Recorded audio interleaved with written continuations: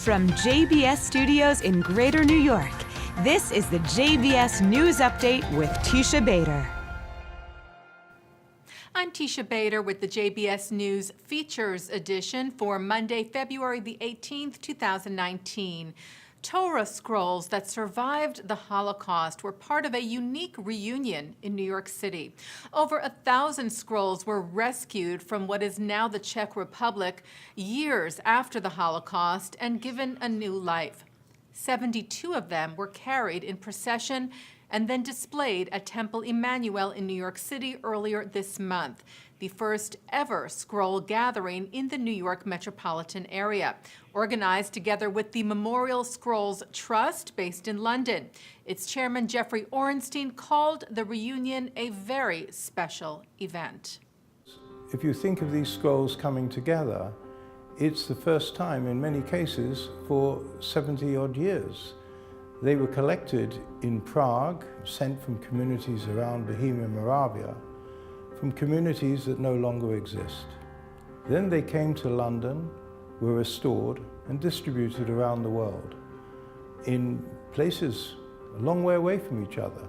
So to have scrolls together that came from the same place, that are the survivors and silent witnesses of those towns and those communities, for me,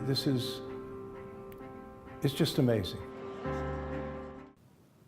A museum in Texas is standing by its ownership of a painting currently on loan to a museum in Germany, which is being claimed as stolen by the Nazis during the Holocaust. Henri Edmund Cross's Regatta in Venice was loaned by Houston's Museum of Fine Arts to the Barberini Museum in Potsdam.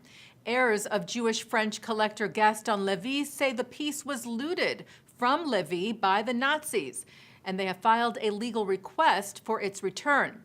The Houston Museum said no proof has been shown that the plaintiffs are in fact the rightful heirs, and they note that Levy didn't claim compensation for the Regatta in Venice when he filed claims for other paintings back in 1956.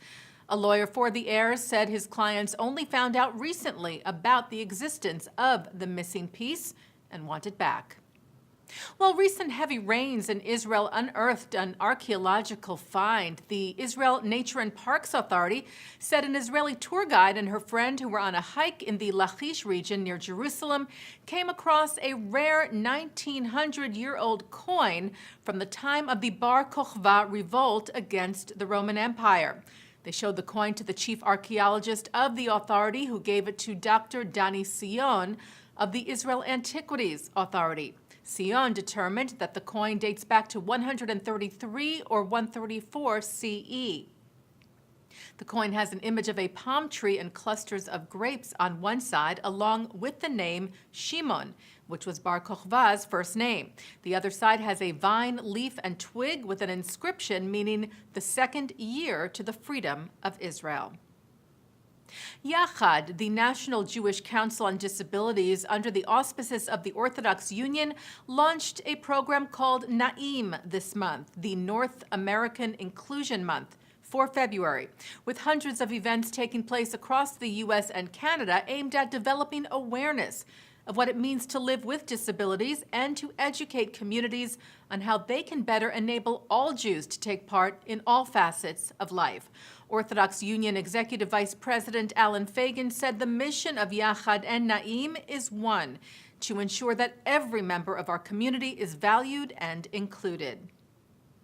Well, Israeli basketball player Omri Casspi was released by the NBA's Memphis Grizzlies, the second consecutive year he's been let go before the end of the season. Casspi is the first Israeli to ever play in the NBA. He appeared in 36 games with the Grizzlies this season before having to undergo surgery for a torn meniscus. He wrote on Twitter of the release, "Didn't go as we all envisioned, but the team and city embraced me and my family as one of their own. Thank you, Memphis." Casspi, who started in Israel's premier Maccabi Tel Aviv team, has played in the U.S. for the Sacramento Kings, the Minnesota Timberwolves, the New Orleans Pelicans, Houston Rockets, and the Cleveland Cavaliers. An exhibit containing what are believed to be the earliest surviving photographs of the city of Jerusalem is coming to Philadelphia. The Barnes Foundation will display 10 daguerreotypes of Jerusalem, the early photographic process which used an iodine-sensitized silvered plate and mercury vapor.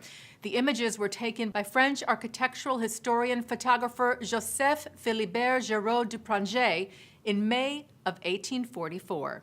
And that's the JBS News Features Edition for Monday, February the 18th, 2019, President's Day.